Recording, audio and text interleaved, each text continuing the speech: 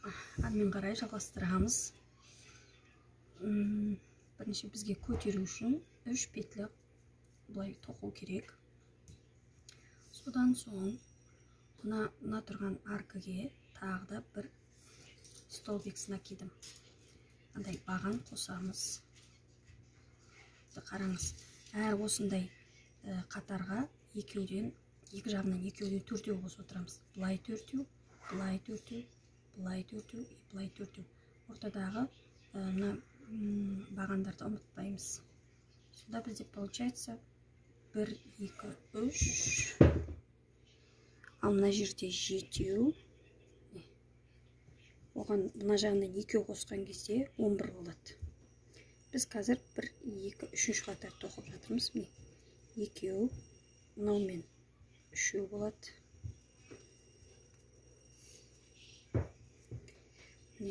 Мына баған тұр. 4 болады.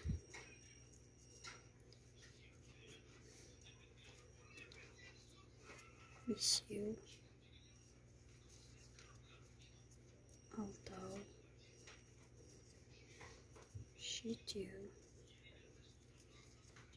8, 9. Мына жерге 10 мен 11-ді осылай тоқимыз. 10-ші мен 11-ші мына аркаға тоқылды уже. Басында айттым ғой, екеуі былай мына аркаға тоқылады. Сосын ортада 7 бар.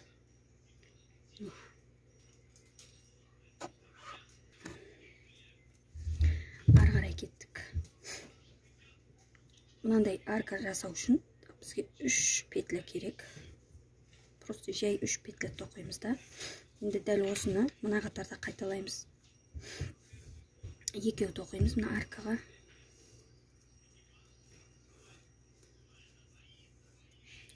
Екеу. Мына жерде 7, мына жерге тағы 2.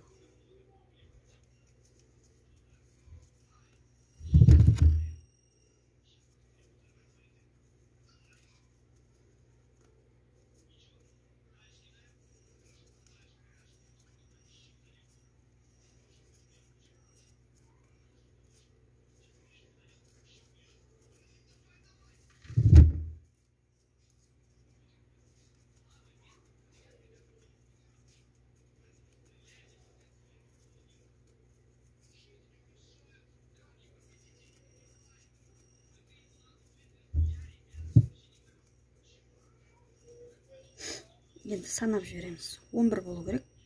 1, 2, 1, 2, 3, 4, 5, 6, 7, 8, 9, 10, 11. Дұрыс, е? Енді дәл осылай тағы да қайталаймыз. Мына қатарда, мына қатарда, мына жерге келгенде, мына қатарда 11, мына қатарда 11, осы жерге келген кезде кездесеміз. Так, қараңыздар, міне. Жерге келдім, міне. Жерде 11. 2 аркадан, 2 екеуден, мынақтан 2, мынақтан 2. Ортада 7 петля. Мынақтада 11. Мынақтада 11. Дұрыстап әр қатарда санау керек. Өйткені сумкаңыз қисық болып қалады. Жерде 11. Все, келдік. Енді мына қатарды жабамыз. 1, 2, 3. И, как обычно, жердегі басында көтердік қой 3 петлямен, соның 3-шісіне 1, 2, 3. Мынаған саламыз былай өткіземіз. Бұл соединение деп аталады. Байланыстыру. Ары қарай дәл осылай 2 қатардан көбейтіп отырамыз. Мына жерде мысалы 11 болса, енді оған 4 қосамыз. 11-ге 4 қосып 15 болу керек, е? 4-ші қатарда дәл осылай тоқылады. Тек мынаяқтан 2 петлядан 4 петля қосылып отырады. Подъемды жасадық. 3-ші қатардағыдай дәл солай тоқылады. Мына жерді ұмытып кетпеңіздер, міне.